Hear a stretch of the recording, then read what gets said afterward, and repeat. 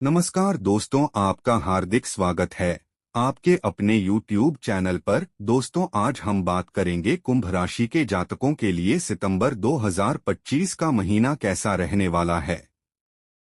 तो आइए सुनते हैं विस्तार से।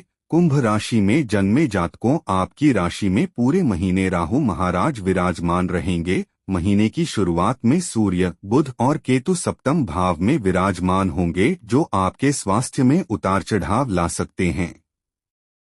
मंगल भी अष्टम भाव में रहेंगे, जो किसी प्रकार की शारीरिक समस्या या चोट अथवा दुर्घटना दे सकते हैं, इसलिए आपको वाहन सावधानी से चलाना होगा। महीने की शुरुआत में शुक्र का भी छठे भाव में होना स्वास्थ्य समस्याओं को बढ़ा सकता है।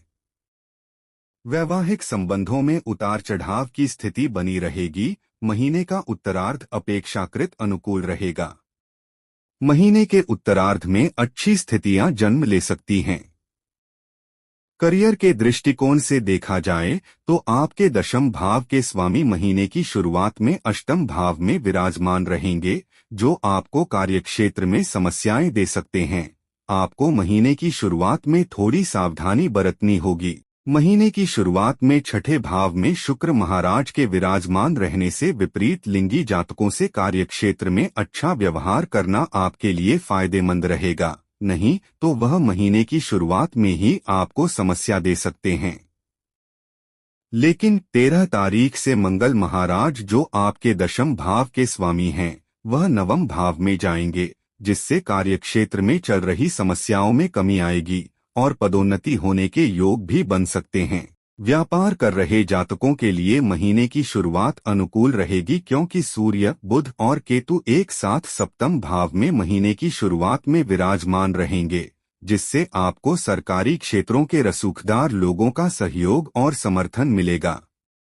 महीने के उत्तरार्ध में सूर्य और बुध अष्टम में चले जाएंगे और शुक्र सप्तम भाव में आ जाएंगे।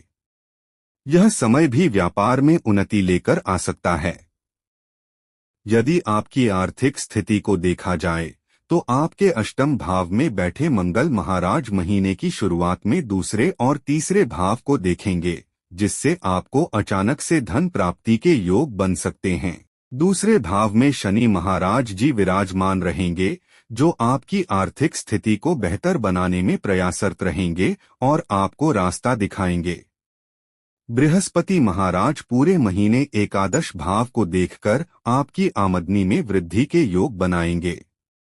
बुध और सूर्य की स्थिति महीने के पूर्वार्ध में और शुक्र की स्थिति महीने के उत्तरार्ध में आर्थिक रूप से आपको सफल बनाने में मददगार साबित हो सकती है।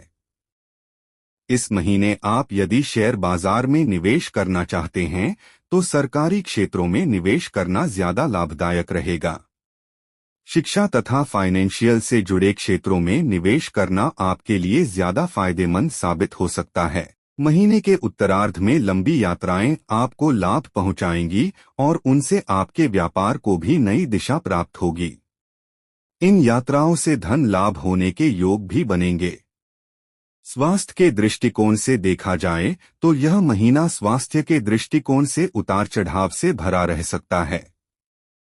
महीने की शुरुआत में सूर्य, बुध और केतु एक साथ सप्तम भाव में विराजमान होंगे। राहु आपकी राशि में रहेंगे, शुक्र छठे भाव में होंगे और मंगल अष्टम भाव में होंगे, जिस वजह से यह समय स्वास्थ्य समस्याओं को बढ़ाने वाला होगा। मंगल की स्थिति के कारण किसी प्रकार की दुर्घटना होने या शारीरिक चोट पहुंचाने की संभावना बन सकती है, इसलिए आपको अपने स्वास्थ्य की तरफ बहुत ध्यान देना होगा। किसी से वाहन मांग कर न चलाएं और कोशिश करें कि इस दौरान वाहन बहुत सावधानी से चलाएं, नहीं तो समस्या हो सकती है। महीने के उत्तरार्ध में मंगल तो नवम भाव में चले जाएंगे, लेकिन सूर्य और बुध अष्टम भाव में तथा शुक्र सप्तम भाव में होंगे, जिससे महिलाओं को पेट से जुड़ी समस्याएं परेशान कर सकती हैं।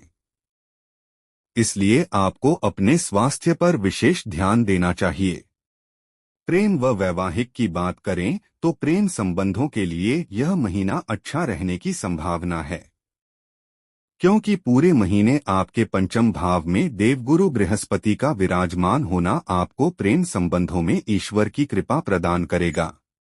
पंचम भाव के स्वामी बुध महाराज सूर्य देव और केतु के साथ महीने की शुरुआत में सप्तम भाव में होंगे, जो आपके प्रेम विवाह के योग मजबूत करेंगे। 15 तारीख से बुध महाराज के अष्टम भाव में जाने से और 17 तारीख से सूर्य देव के भी अष्टम भाव में आ जाने से कुछ समय के लिए आपको समस्या होगी। विवाहित जातकों के लिए महीने की शुरुआत औसत रहेगी। सप्तम भाव में सूर्य, बुध और केतु का प्रभाव छोटी मोटी समस्याओं के बावजूद रिश्ते को संभालेगा। वहीं 15 तारीख से बुध और 17 तारीख से सूर्य दोनों ही अष्टम भाव में चले जाएंगे। लेकिन इस समय 15 तारीख को शुक्र सप्तम भाव में आकर रिश्तों में प्रेम बढ़ाएंगे और आपसी मान सम्मान को बेहतर करने की कोशिश करेंगे। यह महीना पारिवारिक जीवन के लिए ठीक ठाक रहने की संभावना है, क्योंकि आपके दूसरे भाव में पूरे महीने शनि महाराज विराजमान रहेंगे तथा उनकी दृष्टि आपके चतुर्थ भाव पर होगी।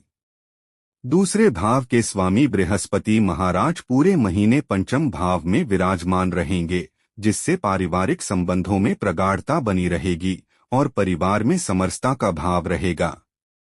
तीसरे भाव के स्वामी मंगल महाराज महीने की शुरुआत में अष्टम भाव में बैठकर दूसरे भाव और तीसरे भाव को देखेंगे। ऐसे में भाई बहनों से कुछ समस्याएं हो सकती हैं और उनसे संबंध बिगड़ सकते हैं। लेकिन 13 तारीख से मंगल महाराज के नवम भाव में आ जाने से और वहां से आपके द्वितीय और तृतीय भाव को देखने के कारण भाई व बहनों से संबंध फिर से मधुर बन सकते हैं और आपको पारिवारिक संपत्ति का लाभ मिल सकता है।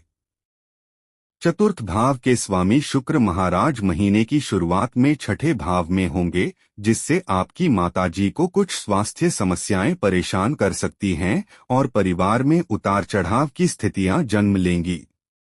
लेकिन 15 तारीख से शुक्र ग्रह सप्तम भाव में आकर पारिवारिक समस्याओं को कम करेंगे और घर के सदस्यों के मध्य आपसी प्रेम बढ़ेगा। उपाय। दोस्तों, उपाय जानने से पहले वीडियो को लाइक, शेयर, कमेंट और सब्सक्राइब जरूर करें। उपाय। आपको शनिवार के दिन श्री शनि चालीसा का पाठ करना चाहिए। बुधवार के दिन गौ माता की सेवा अवश्य करें। शुक्रवार के दिन माता महालक्ष्मी के मंत्र का जाप करना आपके लिए लाभदायक रहेगा। छोटी कन्याओं का पूजन करें और उनके चरण छूकर आशीर्वाद लें। यह राशिफल आपकी चंद्र राशि पर आधारित है। धन्यवाद। आपका दिन मंगलमय हो।